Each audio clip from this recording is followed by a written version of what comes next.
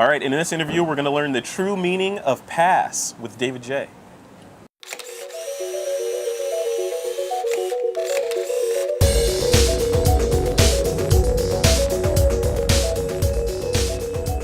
Hanging out in beautiful Burlingame, California with my good friend here, David J., the guy behind Showit, and a bunch of other properties that we're going to talk about in a second here. But David flew up here on his private jet. No, he flew up here today and took that train. That's right. Took that train back here up to meet me here at Straits Cafe, and we're going to talk about stuff. We're going to talk about all kinds of things, some controversial, so brace yourself, and some just sort of, I want to pick your brain about business stuff. So great. Welcome. Thank you. Thanks for having me. So you're from Santa Barbara, right? You're in Santa Barbara right now? Love it. So how long have you been living in Santa Barbara? I moved there in '98, went to school there for a few years, and then dropped out. Kind of typical, typical tech story. Steve Jobs story. Well, I mean, it's it's funny how many tech guys end up dropping out. I think a little bit of rebellion in us all, and But you've gone on to do insanely great things, right? Well, I don't know about that. We'll find out eventually, but well, we'll find out. We're having fun. We'll definitely find out. So you and I met, 2005, I want to say it was 2005, while I was working at Pictage, and you were the rock star photographer. People like, I remember you would come in the office and people were like, David J's coming in, David J. I'm like, who's this David J guy? That's funny. Yeah. So you were clearly very popular back then. Take me through what got you. So then you went on to start a company. So what was the impetus behind starting the company Showit, which is what one of your companies right now? Yeah. Well, you bring up kind of the rock star thing, and that was the track that people were on. It's kind of all that existed. If you were, succeeding in the photo industry, like, you really worked towards being famous and popular. And I think now we're seeing a lot better approach where people are saying, hey, that didn't really lead me to where I wanted to go. Right. I wasn't happy after that. There was a lot of adoration. I remember WPPI, you'd have like the David J's, you'd have the Dane Sanders, you have all these people, which are amazing. These people are amazing photographers, but there was almost a cult-like following, of, oh, David said do this, so I have to do that. Did you see that back then? Oh, sure. Yeah. And it's fine. I mean, we all have people that we admire and look up to in our models. Yeah. But I know for myself, at least, when it became so much about me, I didn't find any joy in it. And I ended up going through kind of a rough time after that season. And really? I'm really thankful that kind of on recovery from that. From the rock stardom, just the fan adoration type stuff? Just the self-absorption, I think. Really? You end up becoming, as an artist, very self-obsessed, and everything becomes about me and what I'm doing. And you felt that coming in, like as if you were like a musician or something. We all hear the stories of the musicians that demand, I only want yellow M&Ms in my room, that kind of stuff. Did it get to sure, not that absurd, but did it get to that level? Well, I mean, not, I think to that level, just because our industry isn't kind of built that way. But my thoughts and everything ended up being around what I was doing, instead of how can I serve people, how can I use my gifts to offer something of value for somebody else. Right. So when was that point of revelation that you were like, okay, something's got to change, this isn't working? It was the end of '08. Kind of went through a crash, if you will. And you remember, and we were talking at that time, and we were just getting Showit going, and I was ending my career as a wedding photographer. And it was a rough time. It was like everything in my life kind of got turned on its head. And I'm really thankful for it now, because it helped me see that type of life or business or anything is just not. There's no joy in it. Sometimes you got to go through it, right? In order to know. I did. It's almost like my mom used to tell me when she was alive. She used to say that it's like dating. You have to. Not that you want to be dating all over the place, but you don't know what you like until you've dated a little bit to find out what you don't like. Then you can guide yourself towards what you do like. That's good. That's exactly what happened. Yeah. So then you moved and you started Showit, and a lot of people. Well, you were talking before we started recording on this about the idea that a lot of people think every successful entrepreneur has it all planned out. Like Yeah. David J knows what products he's going to be launching in 2015, and Right. he got this master plan, Yeah. and everything else. When you started Showit, was it like that? Did you know, okay, I'm going to start Showit, it's going to get this big. When it gets this big, I'm going to do this, and then this, you know? Oh my gosh, no, I didn't know anything. I still don't know anything, and you know that. You know, I dropped out of college, and Yeah. I'd never taken a business class, and so, I mean, it's fun. It's a game. You know, we're learning so much as we go, but really had absolutely no idea what we were doing, and Just we figuring it out. Yeah. Oh yeah, you make one product, people will tell you what they like about it, what they need, and you spend time thinking and planning about, hey, where do we think things are going to go, and you kind of merge those two things, and you move forward, make decisions, and kind of keep it progressing. Yeah, and because it's, you don't know what the industry is going to hold tomorrow. No, you don't know nobody what does. public perception or what people are going to be liking. What's the zeitgeist of tomorrow? We don't know Yeah, that. no. So, in a lot of ways, you have to count on yourself. So you make sure you are plugged into what the world is, or the industry in this case, wants. You hire smart people, and then they make the right decisions. Yeah. You know, and you make good money. Hopefully, right? You're so right. Yeah. Yeah, I mean, just listening, you know, taking a step back and saying, hey, what's the customer want? Yeah. You know, we're here to serve them. We've got all these different gifts and these different teams and things, but it's like, at the end of the day, it's all about our customers. Yeah. And So I have some cheat sheet notes Yeah. here that I want to go through. So Showit, I'm going to dive into Showit a little bit. So talking about what is Showit for the folks that are like, okay, who's this David J guy and what's this Showit? Yeah. Who's Frederick? You know, so what is Showit and why'd you build it? Showit's a piece of software that helps you build a website. So at the time that we were building it, we, you know, most wedding photographers had a template. They had a website that looked just like 1,000 other photographers' websites. Right. And I didn't want that as a photographer. And I knew some of my friends didn't want that either. We wanted to be unique. We wanted to be different. Yeah. And so we said, hey, let's build a tool that does that, where you can just drag and drop, build your own site, hit publish, be done. Kind of use your website as a tool instead of a template, so that you can, you know, be a little bit more aggressive with it. Our websites are kind of our portfolios. You were joking earlier about somebody who was like mailing a physical book around to try and get work. And it's like nowadays our websites are so important. We should be in control of them. It's our calling card, right? Yeah. It's our calling card. So then Showit came out, and if I'm not mistaken, the competitive landscape for that kind of stuff back then was, so Showit Live Books was a competitor, high-end, price-wise competitor. There was another firm, I don't know if they're still around, that was doing one-off kind of contracted websites. So there's a ton of web builders out there. Yeah. So none of those offered solutions that you thought were adequate, right? No. So then Showit showed up, right? Which is a website building tool. And is Showit, it was Flash-based at the time? Is it still Flash-based? We're everything. Okay. We certainly started in the Flash world. Everyone was in the Flash world at the time. Yeah. And it's Flash was here to stay. Yeah. It's one of those things where we don't know where things are going. Obviously, you know, when Steve Jobs comes out and says, we're going to kill Flash, we got to change. He wouldn't pick up the phone when we were saying, don't do that. Obviously. It's like, not going to change my mind for you guys. But that's cool. I mean, that's the fun of it, and it can be frustrating. But it's like if things didn't change, we wouldn't have that much work to do. Yeah. So it's like as things adapt and whatnot, it's like, hey, that gives us more to do. And it's fun, right? I mean, that's the fun part. Right. People think, oh, it's a challenge. You know, the industry's always changing. We got to retool. We got to do this. But for me, and I consider myself in that entrepreneur kind of category of people that think in that sort of way. For me, that's the fun stuff. For sure. Things are changing. The challenge. Like even photography, like the gear's always changing, the techniques are changing and evolving.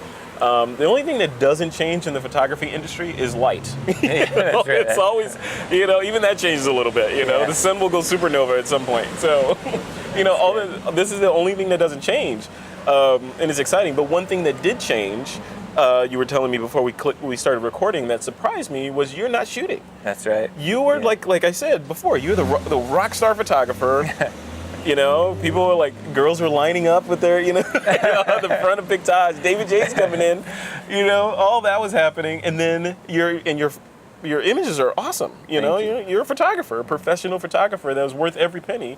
But then you stopped in 2008, right? You said. So why? What was behind the leaving the art?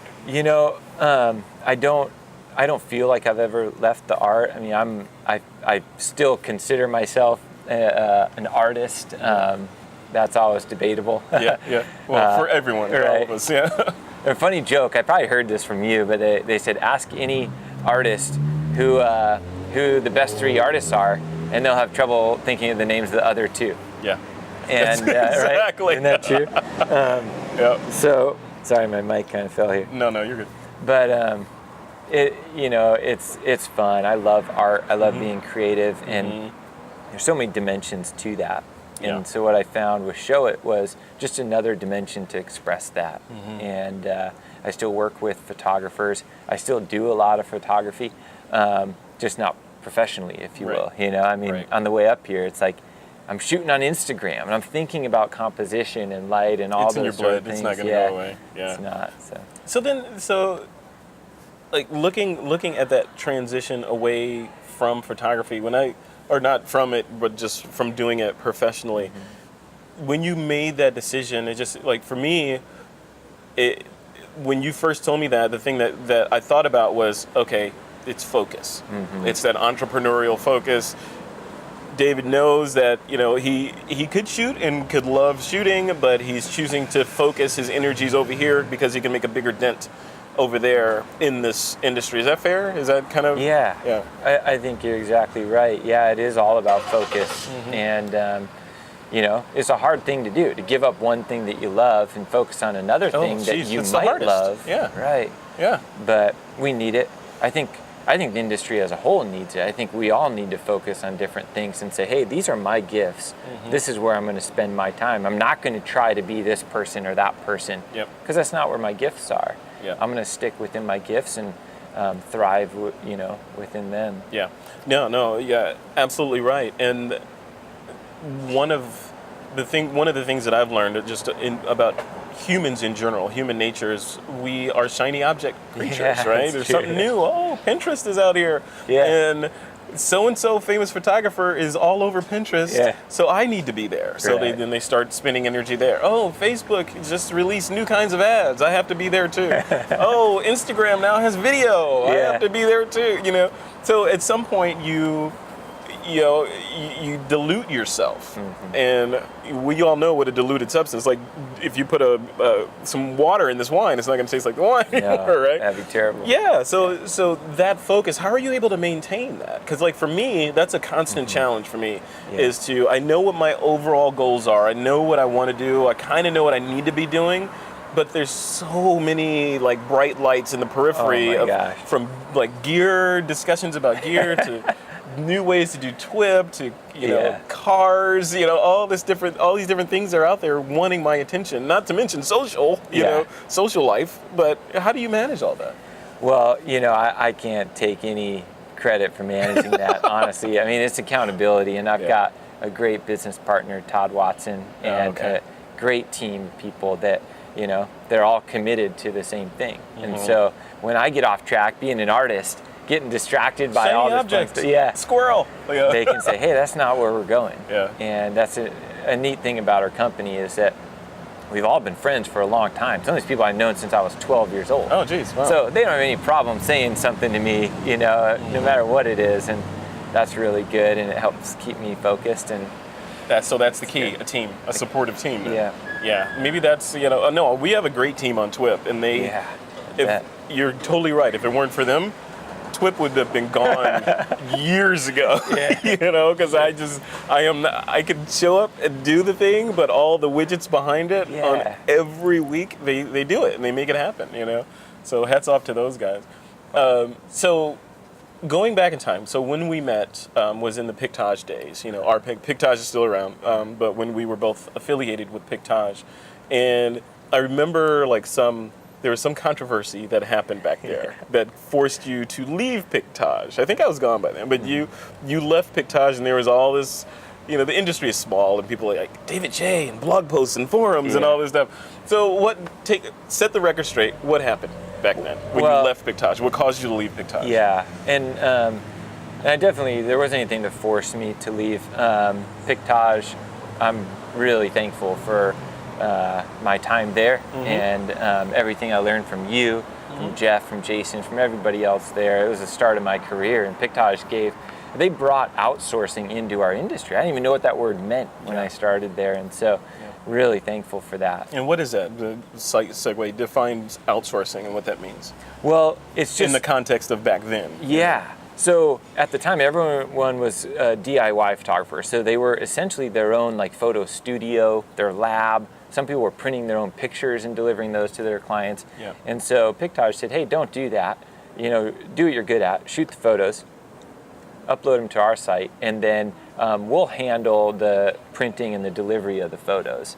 And you can just focus on doing what you're good at. Yeah. And I didn't know that was even an option, but it worked out great, and they helped the industry kind of transition towards a much more outsourcing friendly industry instead of this very control freak artist industry. Yeah.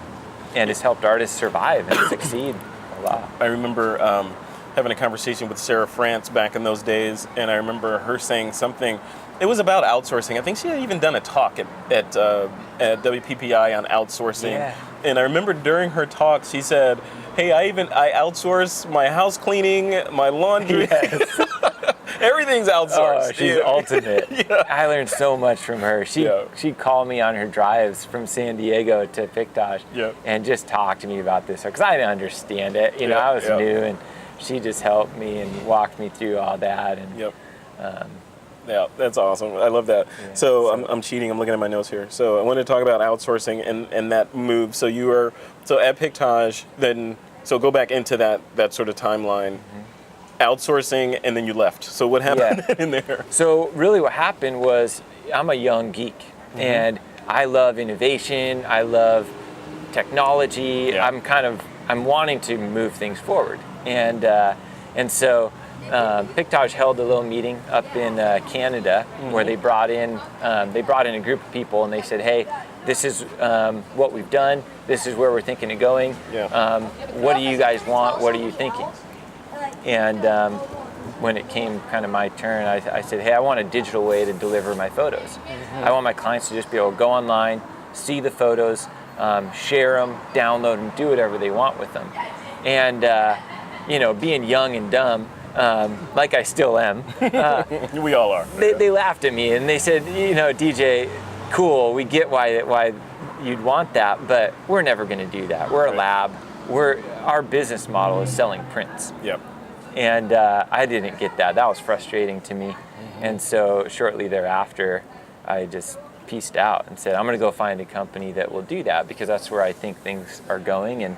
And to be fair to them, they saw it going there as well, but they weren't ready at that time to move. Yeah. They're not going to make that big of a shift. Yeah, those kind of larger companies, they're not going to move on a dime like that anyway, especially not even for one customer too. Hundreds of pros that are shooting, and one says, hey, I want X, and oh, that's nice. Yeah, that's on our radar, but not right now. Yeah.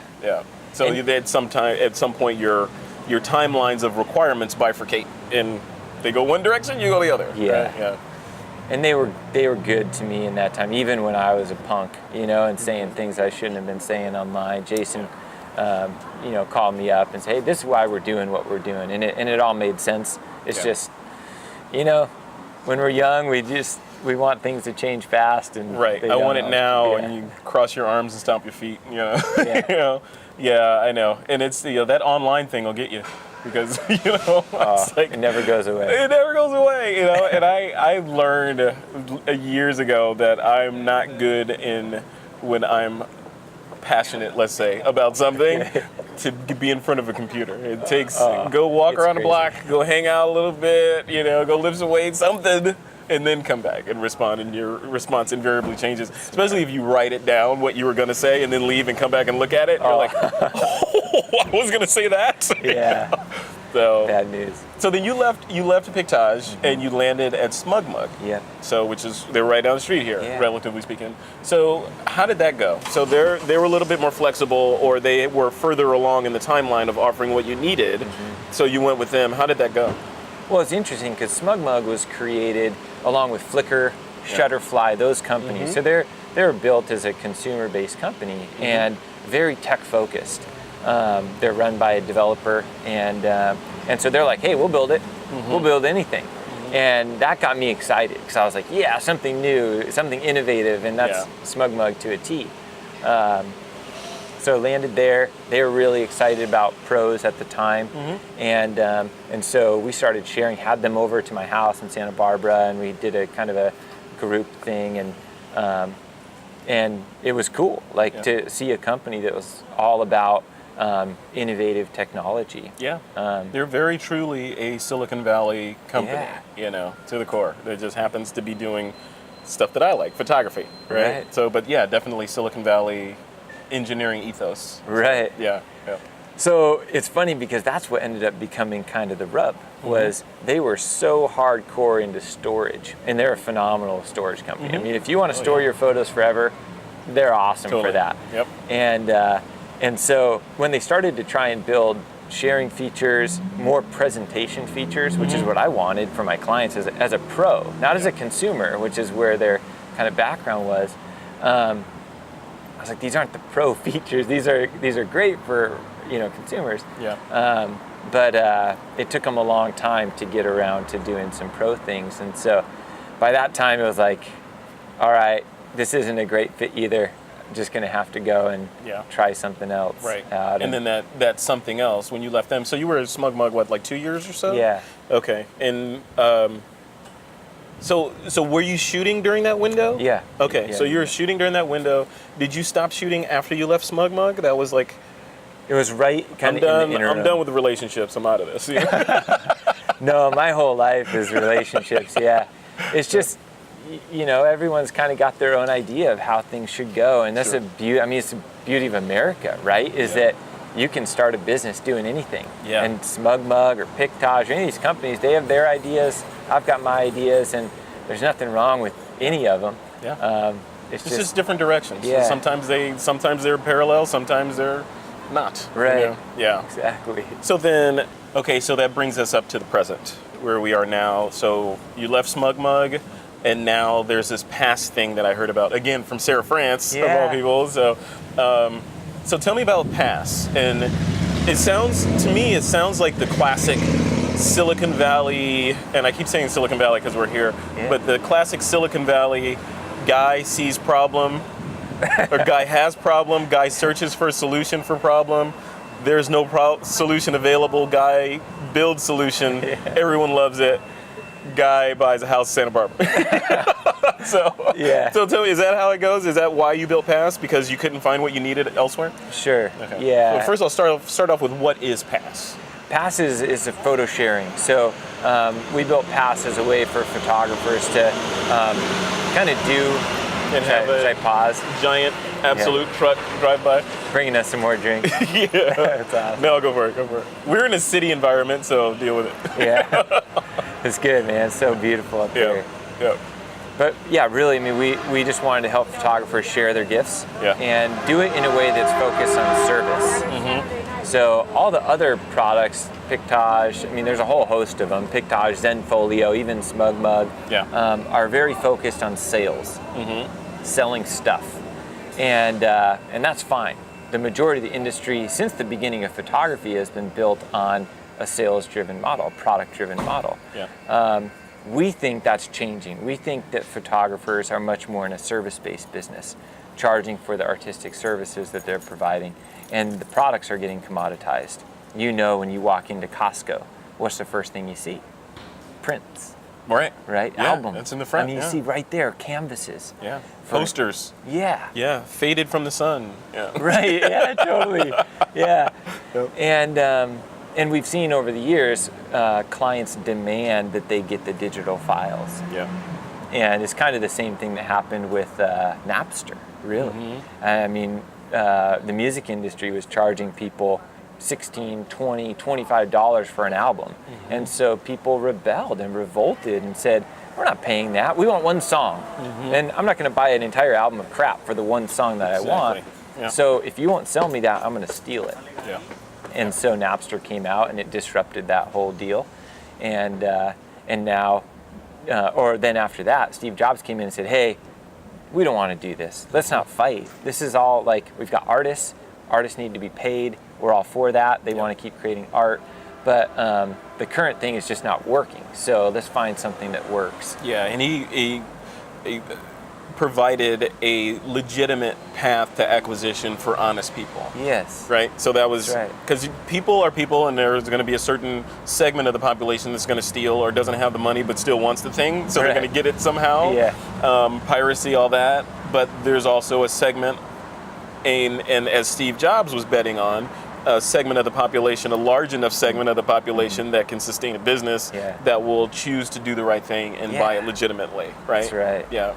And that's what we want with the photo industry too. We don't think that photographers should be at odds with their clients. It's like, hey, this is a team effort here. Yeah. Let's be on each other's team. Let's find a thing that works for both people, where the photographer can use their gifts, serve their client well, shoot the photos, make the money that they need to make to keep doing this. Yeah.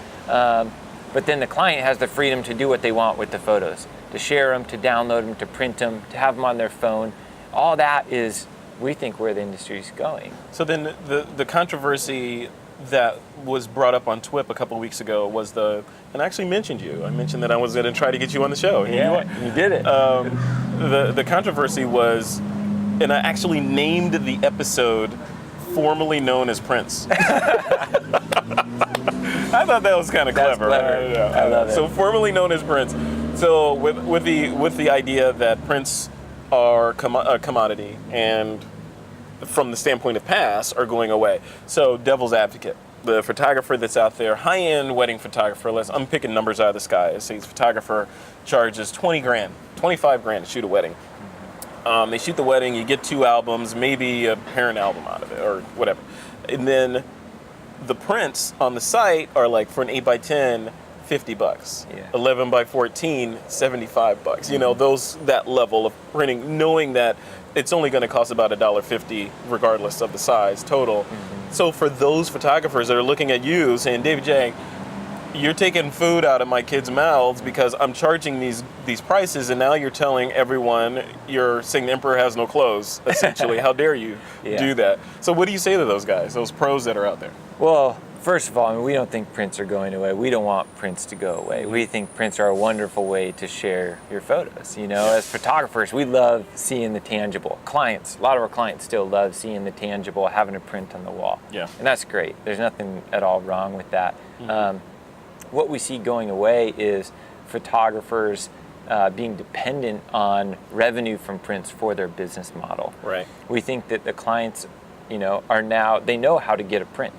And so charging them 2,000 or 3,000% markup on a print is just pissing them off. Right? And that's what it is. When you charge $10 for a print that the client thinks should cost 20 cents. And they know that because they go to Costco. They can get it and for it's that. the same kind of paper. Does this have gold in it? Or, yeah. That's 2,000% mark. I mean, we're talking insane markups, right? Wine. You go buy wine, it's 50% to 100% markup. You buy clothes, same deal, 50 to 100%. And yet, photographers who are drop shipping these things, they don't provide a storefront. They don't provide, it's not like they're bringing you into a Starbucks experience. They're not. They're drop shipping this. Right. They don't even touch it. No. And yet they're trying to charge 2,000%, and the clients are saying no. And that's why last year, 1.3 million clients, brides and grooms, out of maybe 1.5 or 2 million weddings each year that are professionally shot, 1.3 million of them got the digital files. That's the majority. 1.3 million? Yeah. Out of how many total, roughly? Well, there's a little over 2 million weddings in the U.S. each year. So over half, then? Yeah. Wow. Well over half. Jeez. Okay. And so the shoot and share model of business is here. And so what we're excited about is that now, with PASS, shoot and share photographers have a great way to serve their clients.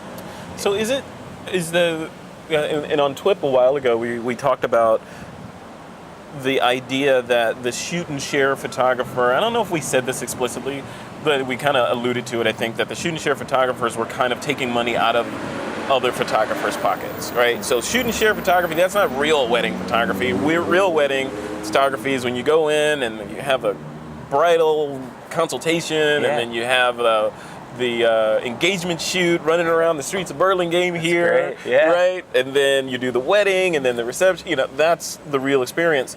Whereas the shoot and share guys and gals were going in or are going in and they have the camera, they go in, they shoot, and they do the photojournalism style, so they don't have to interact with the subjects that much. It's all magazine style.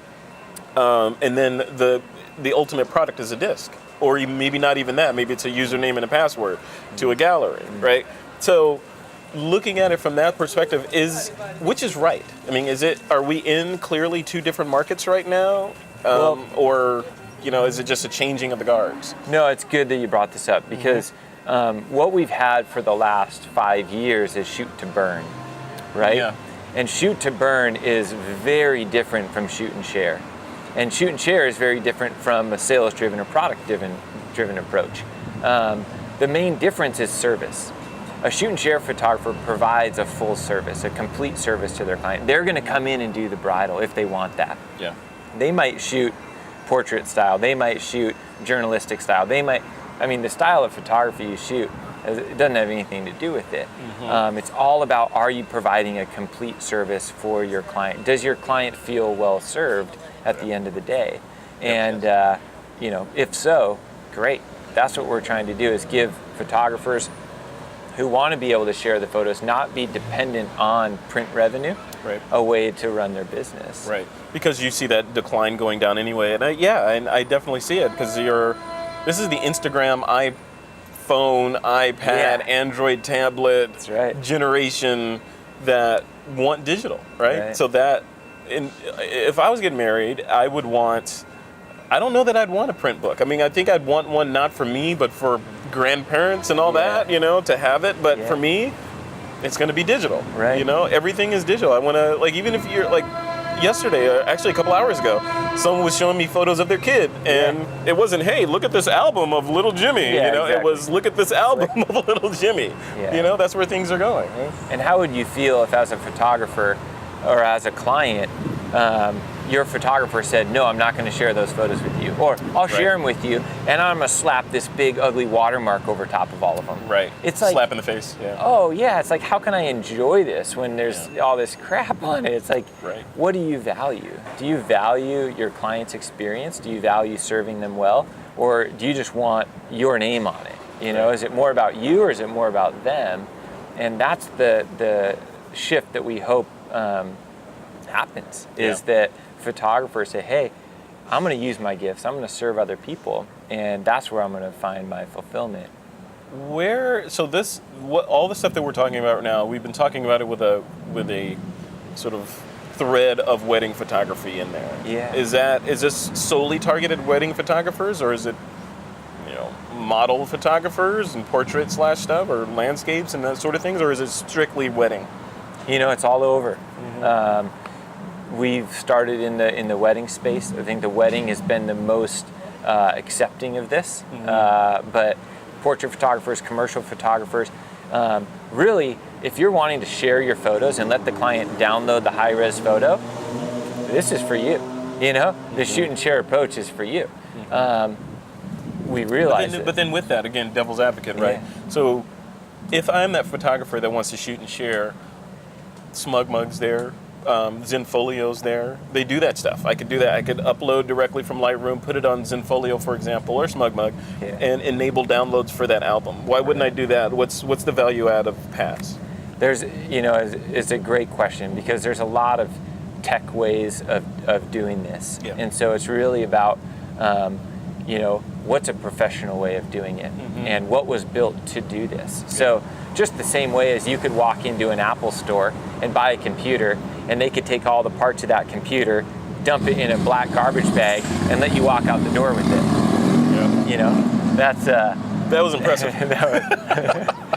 but the presentation matters. And how it looks and feels to the end client really, really matters. And Yeah. so a tool that's built for sharing, that's simple, that helps you book clients, that's what photographers are wanting. They don't need all these different features. They need something that was built just for them. Yeah. Because that's what pros do. They pay to have a tool that's built for them, not that's built for everybody. They pay for less, right? You pay for something that's more. That's why you pay more to boutique. Yeah. They have less things than a regular Target might have, but it's more expensive, right? Exactly. Yeah. So speaking of expense, what are we looking at for Pass? How did you price it? Well, it's really cool because there's two options. One is totally free. I like that one. Yeah, everyone likes sign up that right now. And it's great. We wanted to do that because we think at the end of the day, the client should own the photos. We don't think that the photographer should have this burden of, how am I going to keep these things backed up? Having the client write to you 10 years down the line saying, my disk is broken, or how come this website's down? And you have to say, well, I stopped subscribing to that service, right? Right. If it's a subscription thing and you stop doing photography, which a lot of photographers do. It happens, yeah. Right? Well, the majority. The industry pretty much churns every 5 years. Right. So the clients now know that. And so the website's down, I can't get my photos, the disk is scratched, I can't get my photos. That should rest on the client. Like the client should be able to say, okay, I've got the photos, I can do what I want with them. And so that was the goal, is to pass it on to your client. So you shift responsibility for the gallery. So let me make sure I understand this. So I set up a Pass account. It's free. Say I set up the free level Pass account. I go in there, I go shoot a wedding, I upload the images, I share those images with the bride and groom, or husband and wife at this point, hopefully. So I share that with them. They get a notice saying, click here to go view your gallery, here's your username and password. They log in, they're like, wow, this is awesome. Yeah. The presentation stuff kicks in. Right. They can order prints from there if they want. Right. Everybody's happy. Then if I decide, hey, you know what, I'm done with this photography stuff, I'm going to go become a taxidermist. Right. And I go, just pick the word out of the sky. So now I'm a taxidermist, and I don't care about any of that stuff I shot before. The gallery's still online, though. What happens? Do I get an email as the photographer, and they get an email saying, hey, your gallery's going to go away? Or how do you manage that piece of it? Exactly. So we always email the photographer first, and we say, hey, in 15 days, this event's going to go offline. Would you like to upgrade it for your client? And for $29, you can upgrade it. It'll keep it online. It'll let them download all at one time if they want to do that. It'll also keep them backed up, safe and secure in the cloud for 10 years. Okay. So it's got all that built in. But then if you say, hey, I just want to use this thing for free, I don't want to pay anything, I'm not going to upgrade it for my client, I'm just going to let them do what they want, they can go in and they can upgrade it. Okay. And they can. And then they own it at that point? Yeah, okay. They can download, and actually they can download either way. So even if they don't pay a single thing, they could go in and download the files they want completely for free. Yeah. And so it's really a great way for photographers, even if they're just getting started and they're not making money on the shoots, right? Because a lot of people, when you're getting started, you don't charge your friends. No. And so you don't have the money to go and pay for a subscription, hundreds of dollars a year. It's like, hey, I'm only shooting 2 or 3 weddings a year. What do I do? I'm not going to spend $300 on this thing that I'm going to use for 2 weddings a year. It's crazy. Right. I don't know if it's going to stick yet. So no, I'll just I'll upload these 2. We'll see if my client likes it. If they like it, it's good to go. So it's real non-committal, which I love nice. It. Yeah. So then, are you now the Pass, which has been around for how long now? How many years? Well, we launched it back in 2011. Okay, so 2 years. Yeah, just a delivery solution. There was no prints. When did the print piece kick in? Just came in a month ago. Okay, so now, when you flick the switch to turn on the print delivery piece of it, I assume through a partner, right? Yeah. Does that put you directly in competition with your old Pictage and Smug Mug now? So now you guys are head to head now, really? Well, it's funny because it's a different kind of thing, but from a corporate perspective, they would see you as okay. Oh, I'm sure. I mean, the ideology behind Pass and sharing your photos is in direct competition with, Pictage, Zenfolio, Smug Mug, all these companies. They're out to do the same thing, sell stuff. Right. And our ideology is, no, you sold the service on the front end, charge up front, don't try to charge with all these marked up prints. Yeah. And so it's just a different ideology. And so we've been in competition with them for a long time on the ideology side. And that's fine. Now it's just the line is a little bit more etched in stone. Yeah, absolutely. That's And cool. I think it's a big market, and photography is one of the, if not the fastest growing hobbies, and from that hobbyist group springs people that say, hey, I could do this, especially during recessionary times, right? People are like, hey, I just got laid off, but I just have that camera that I bought when I wasn't. Let me go make it pay for itself, Well, and it's a great thing too, because you remember this better than anybody, but 10 years ago, there was only 1 million out of the 2 million weddings a year getting shot. So right, I remember that. I remember that slide, Isn't that crazy? like it was yesterday, that Jeff Yoakum put up on the screen. Yeah.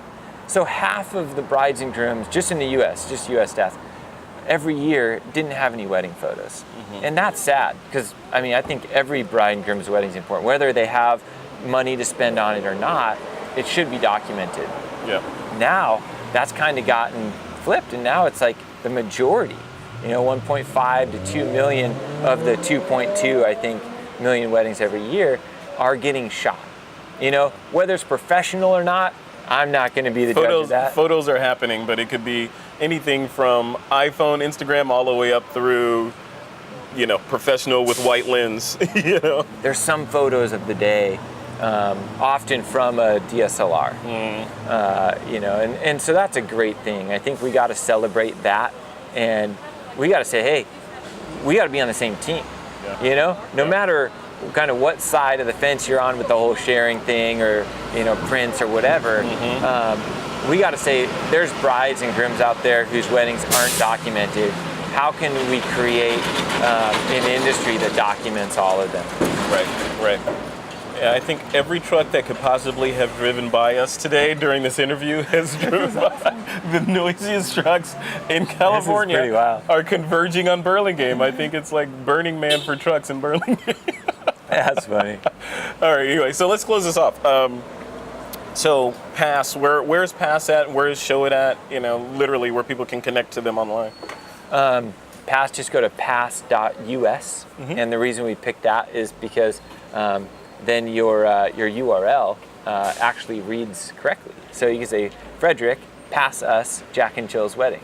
Oh, that's and cool. So isn't that kind of cool? That is cool. Because we see URLs nowadays, and you see them on Facebook and everywhere. Yeah. And if it's just this hodgepodge of numbers and long strings, it just looks ugly.